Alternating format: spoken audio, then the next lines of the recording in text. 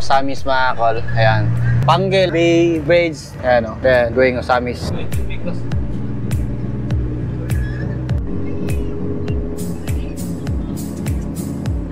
Even. Sir. Shoutout. Tukod kami ng nagpapatibok ng puso. Ayan, shoutout. Sir SWAT. Membro ng SWAT dito sa Osamis. Ingat kayo. Shoutout sa yung lahat dyan. Ayan, dito na tayo sa Pulot Osamis. Ayan. So, tingnan natin yung unit natin dito. Magpa-PMS. Yan, park muna tayo dyan. Tapos ito na yung unit. Sir, musta sir? Ano po? D17B. Tatak Dodong Lagan. So, maroon. D17B natin. Street seat. 4x2. Tiptronic. Ayan o. PMS natin.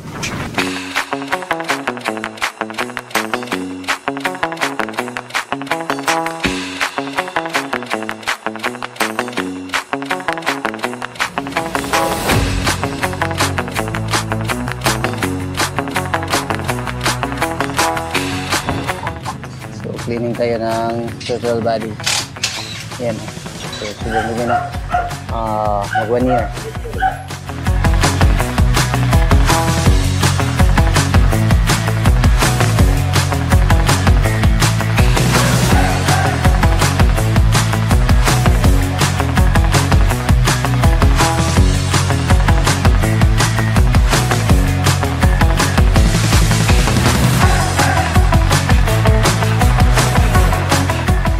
Tapos na namin i-PMS yung unit na to. So, ito lang is sinasuggest natin na palitan ng brand new na radiator kasi may leak yung radiator niya. Wala kasi tayong dala ngayon.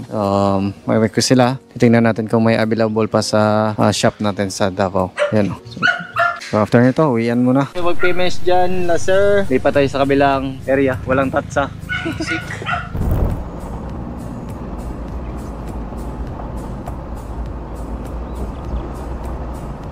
Dito na tayo sa Barangay Calabayan, Misamis City. Ano po, yung area na pinuntahan natin. Nasa kalooban tayo ng barangay. Yung ginawa natin is nagkabit tayo ng keyless entry ito sa isang followers natin.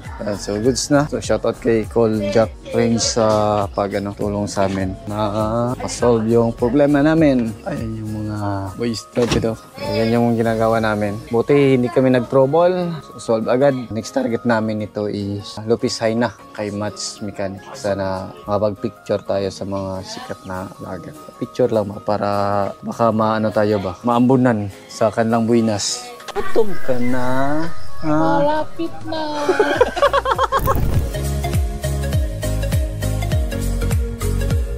Punta na tayo ng Lopez Haina. Sir, thank you sir. Thank you. Salamat. Punta na tayo. Magabihan na tayo dito. Thank you sir sa masarap na dinner. Diretso na kami. Mga tools, baka may iwan. Let's go! Gabi na. Pupunta tayo sa pinaka-idol natin, si Idol Matski. Sikat na mechanic dito sa Lopez Haina, sa Oroqueta.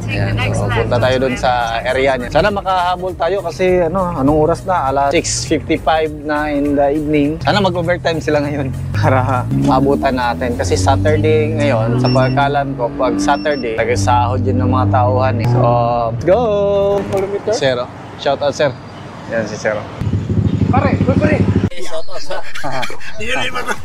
Thank you. Yan. So, shout out sila, sir. So, ingat kayo dyan sa duty nyo. Kala namin, huli na din kami. Pangalawang misis na. Lagi kaming pinapara. Ito na tayo sa Lopez Haina, mga. Hanapin na natin yung shop ni Mats Mechanic, the idol. Ito na tayo sa idol natin. Dol! Ngayon. Nanay ng mga idol ba? Mga favorite sa mga mekaniko ba? Sabi yung mga unit, sabi dito. Halos wala nang madaanan. Grabe talaga yung idol natin, Mga Ford. Grabe, Grabe, super busy.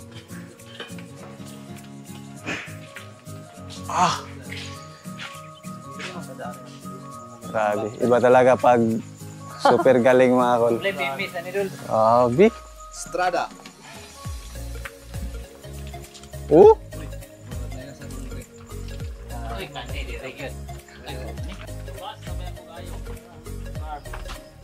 Grabe. Grabe, no? Kung stress guro to dito, mas grabe guro ni kay Prostrobol ni. Grabe. Beat, berhol. Ang tungtungin ka na yung kwantos ka na.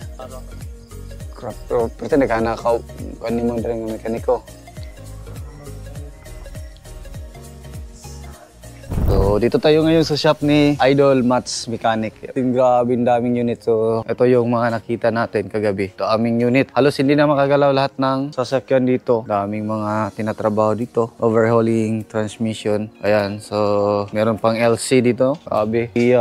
Makita nyo. Daming unit. Hindi mo na maano. Doon din. Daming unit doon. Maraming salamat kay Idol Mats. Heart to heart. Grabe. Yung tulog namin kagabi or kanina. Ano na kami natapos sa heart to heart na usapan. 3 AM na kami natapos. Grabe. So, very salute talaga ako kay Idol. Grabe. Yung mga experience. Grabe yung pinag-usapan namin. Yun, alis na kami. Papunta na kaming Dapitan. So, siguro mag-stay din tayo doon ng mga 1 or 2 araw. Tuloy na kami, Idol. So, kasi wala si Idol Mats ngayon, mga kol. Kasi, nagsimba.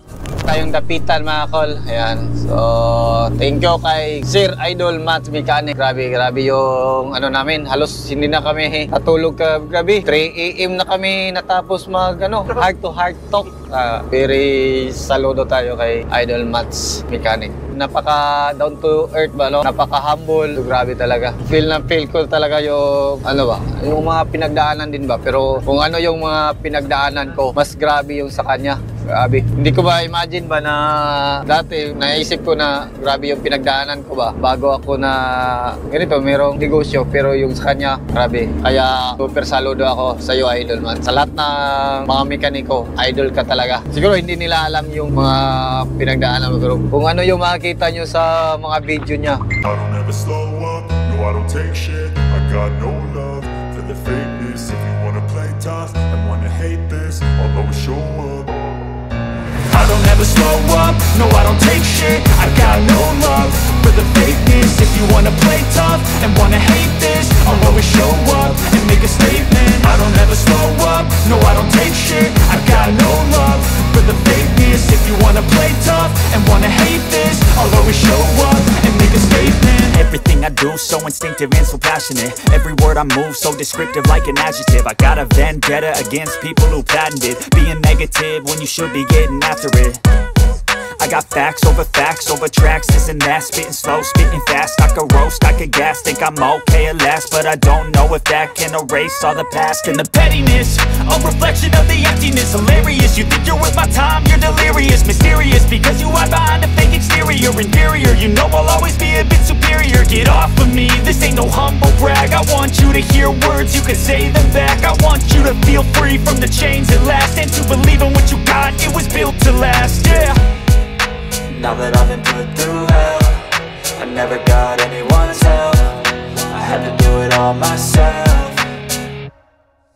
I don't ever slow up, no I don't take shit. I got no love for the fakeness. If you wanna play tough and wanna hate this, I'll always show up and make a statement. I don't ever slow up, no I don't take shit. I got no love for the fakeness. If you wanna play tough and wanna hate this, I'll always show up and make a statement. Gonna learn the consequence of being incompetent. Mental health is confidence, dreams and some honestness. Dr. Jose Rizal yan. Ito na yung camper van natin. So from Davao, nakakarating na tayo dito sa Dapitan City. Chat natin si Sir na sabi natin na nandito na tayo. Gas muna tayo, mga kol. 296 km mula Cagayan de Oro hanggang dito sa Dapitan. Tapos, yung sinusukat natin sa ngayon kasi hindi accurate yung reading natin. Kasi dito is 616.7 km. So, dito tayo mag-base kasi ito is accurate. Itong natin, gulong na reading is hindi siya accurate. So, pagas muna tayo. Titingnan natin ngayon kung ilang liter per kilometer yung kinain natin. Hindi pa kasama yung mga pinapasok natin na area doon. Dalawang full tank na yung ipagas natin mula nung umalis tayo sa Davao. Yung napagas natin, mga kol, is 1,990. 33.8 liters. Divide natin. So, yung gas ratio natin is 8.6.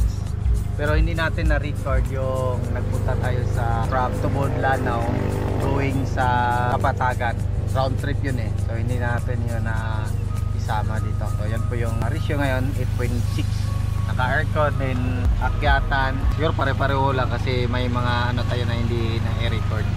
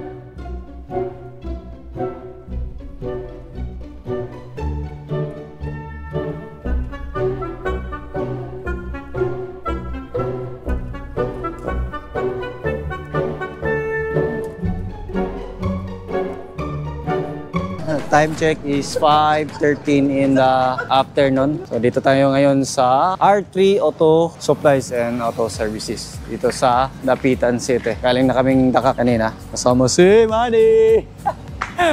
Meron silang lifter dito. Ito yung isang pangarap natin. Baka magpalain tayo. Balang araw magkaroon din tayo ng lifter. Isa sa pangarap natin sa shop natin. Yan si Sir Lim dito sa R3 Auto Supplies and Services. Sir, shout out! Yeah, so sir yung taga-Dapitan. Ito yung sa kanyang unit. DA17V. Tiptronic. Babaklasin natin yung valve cover gasket. Parang daming wheel slugs. So, babalikan natin yan mamaya. Ayan, naka-parking tayo dito. Charging tayo sa mga gamit natin. Then, dito sa kabilang unit, dito si Jim.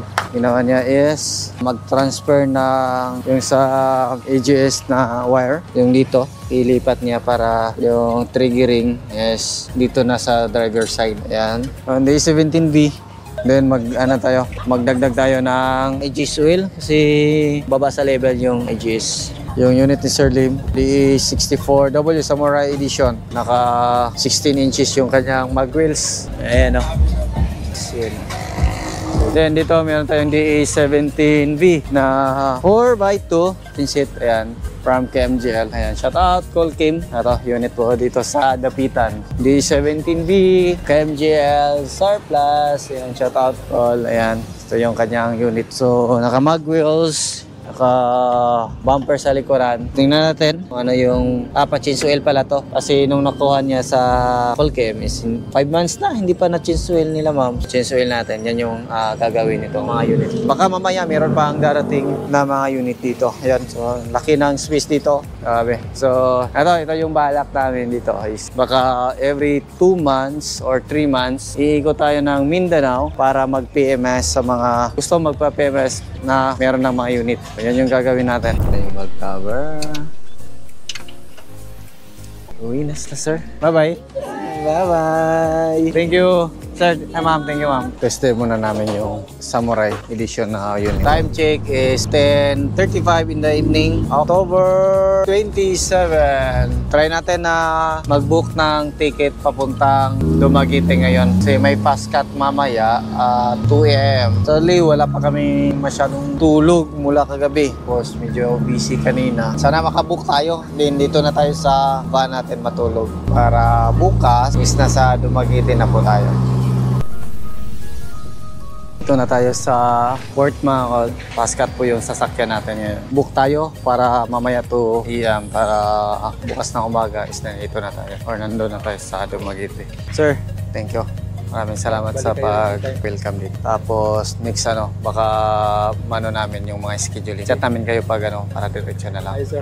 Yes, Thank you so much. ingat si sir. Yung sa atin dito sa Dapitan, uwi na siya. Sindi na kami babalik dun sa kanilang shop. Nakuha na tayo ng ticket mga kol. Bayad pala dito sa sasakyan mula Dapitan Port going Dumaguete is 4,860. Then 650 yung per head.